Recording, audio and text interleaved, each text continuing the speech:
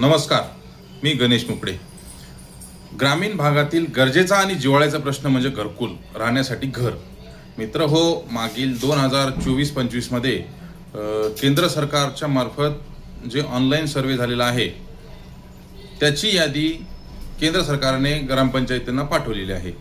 ती यादी गावातल्या ग्रामसभेमध्ये वाचून ती फायनल करून वर पाठवायची आहे. मग त्याच्यामध्ये जे वंचित लोक आहेत किंवा जे राहून गेलेत किंवा ते बाहेरगावी होते, असे अनेक जे टेक्निकल इश्यूजमुळं त्यांचे नावं आलेले नाही त्याच्यामध्ये, मग त्याच्यासाठी एक वेगळा फॉर्म आहे जे ग्रामसेवक BDOच्या मार्फत त्याला वर पाठवायचं आणि त्याच्यासाठी शासनाने जिल्हा लेवलला एक कमिटी पण स्थापन केलेली आहे. मग जे वंचित लोक आहेत ज्यांचे नाव आले ठीक आहे, ते फायनल आहे. मग ज्यांचे नाव आले नाही त्याच्यासाठी जे हे प्रोसेस आहे, मग ह्या प्रोसेसला वेळ लागणार नाही का ऑफलाईन म्हणजे नाव पाठवण्यासाठी? मग ह्याच्यामध्ये ग्रामसभा तुम्ही का बरं लेट करताय?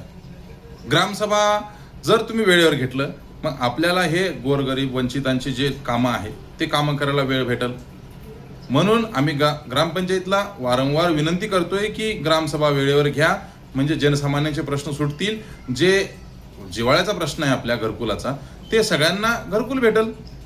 मग तुम्ही याच्यामध्ये लेट का करताय? म्हणजे पळवाटा शोधताय का, असा हा प्रश्न या ठिकाणी निर्माण होतो.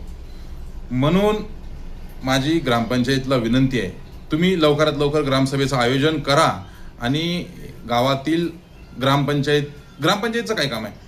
जे गोरगरिबांचे प्रश्न सोडवा, गावकऱ्यांचे प्रश्न सोडवा, याच्यासाठी ग्रामपंचायत आहे ना. का स्वतःच्या स्वार्थासाठी तुम्ही ग्रामपंचायत ठेवलेली आहे? हाही प्रश्न या ठिकाणी निर्माण होतो. म्हणून गावातील युवकांना माझं आव्हान आहे, विनंती आहे की ह्या गोष्टीविषयी तुम्ही बी अभ्यास करा, सखोल माहिती घ्या, सोशल मीडियाचा चांगला वापर करा आणि ग्रामसभा ही वेळेवर झालीच पाहिजे. जमा खर्चाचा हिशोब दिलाच पाहिजे. हा आमचा कायदेशीर अधिकार आहे.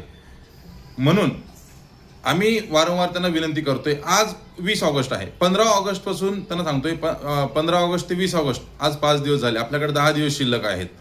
मग याच्यासाठी तुम्ही दिरंगाईवर का बरं करताय? इतकी मागं लागून पण तुम्ही ग्रामसभा घेत नाही.